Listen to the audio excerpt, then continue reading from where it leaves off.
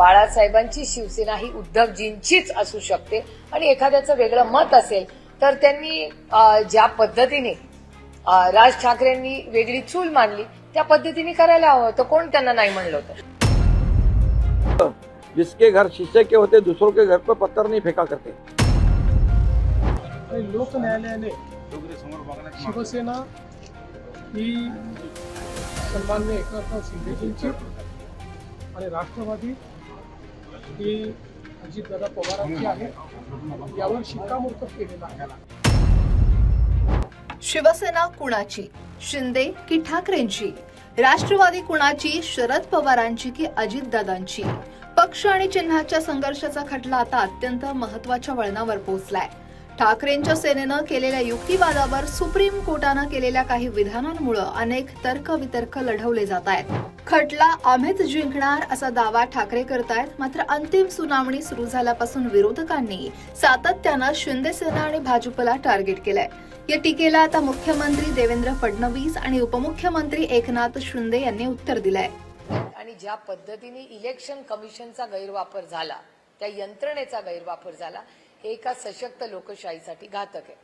शिवसेना ही काल, आज आणि उद्या ही उद्धवजींचीच असणार आहे. याचं कारण असं की बाळासाहेब ठाकरेंनी तो पक्ष स्थापन केला, ते हयात असताना त्यांनी तो पक्ष उद्धवजींच्या हातात दिला.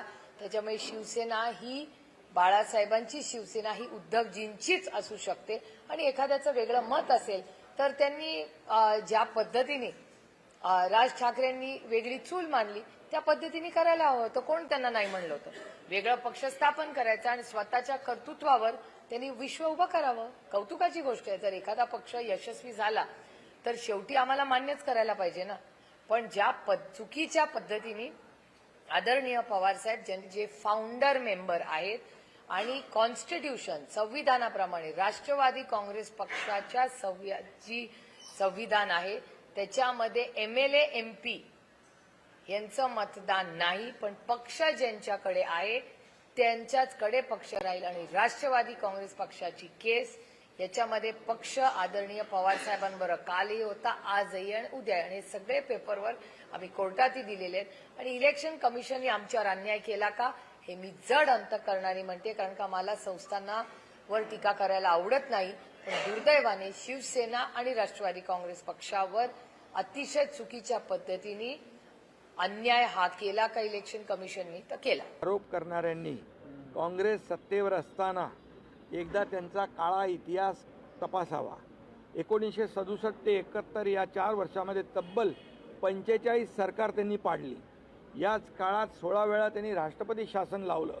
जवळपास 1800 आमदार या काँग्रेसने फोडलेत आणि त्याचबरोबर त्यांना काँग्रेसने 115 लोकांना मंत्रिपदं दिलेली आहेत. त्यामुळे जे आरोप करतायत आज NDAवर, त्यांनी स्वतःच्या गिरेबांमध्ये झाकून बघायला पाहिजे.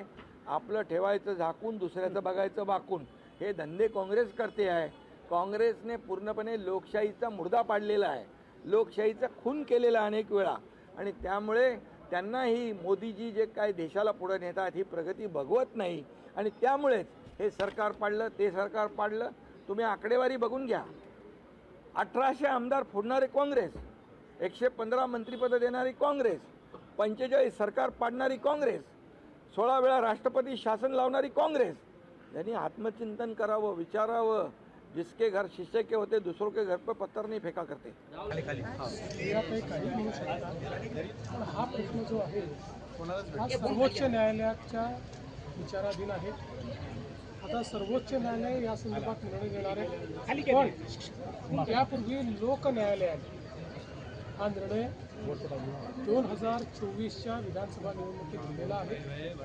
आणि लोक न्यायालयाने शिवसेना ही सन्माननीय एकनाथराव शिंदेजींची आणि राष्ट्रवादी ही अजितदादा पवारांची आहे यावर शिक्कामोर्तब केलेला आहे. ठीक आहे, आता सुप्रीम कोर्ट काय करतात याकडे सगळ्यांचं लक्ष आहे. सुप्रीम कोर्टही हाच निर्णय दिला अशी आम्हाला अपेक्षा. लोक न्यायालयात शिवसेना आणि राष्ट्रवादीचा फैसला झालाय असं उत्तर मुख्यमंत्र्यांनी सुप्रिया सुळेंना दिलंय. आता सुप्रीम कोर्टात या खटल्याचा निकाल कधी लागतो याकडे संपूर्ण देशाचं लक्ष लागलंय. कारण या खटल्याच्या निकालानं भविष्यातील राजकारणाची दिशा ठरणार आहे. तुम्हाला याबद्दल काय वाटतं? कमेंट नक्की करा आणि लोकमत सबस्क्राईब करायला विसरू नका.